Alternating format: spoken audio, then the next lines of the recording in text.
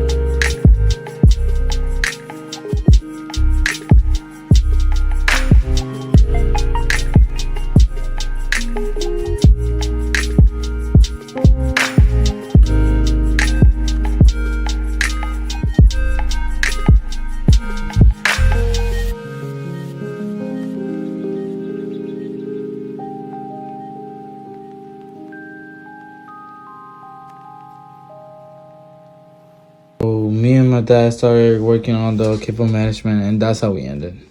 I know we could have done better, but like it's my first time, so I think it was decent and it's cool.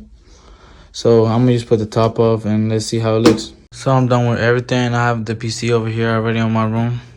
So I'm about to do the whole window process and let's see how it's going. Let's turn it on.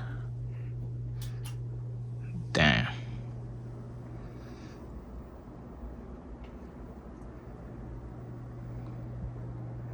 It's about to pop on the computer right now. Oh yeah. So that's it for today's video. Thanks for watching it, and thanks to my family for helping me build all this. As I said before, if y'all like it, leave a thumbs up, and please let me know in the comments if you have any suggestion or any question of something that I did was wrong or it could have been done better. Just let me know in the comments. I'm gonna leave all the links of the pieces that I use for this PC. So that will be it. Peace.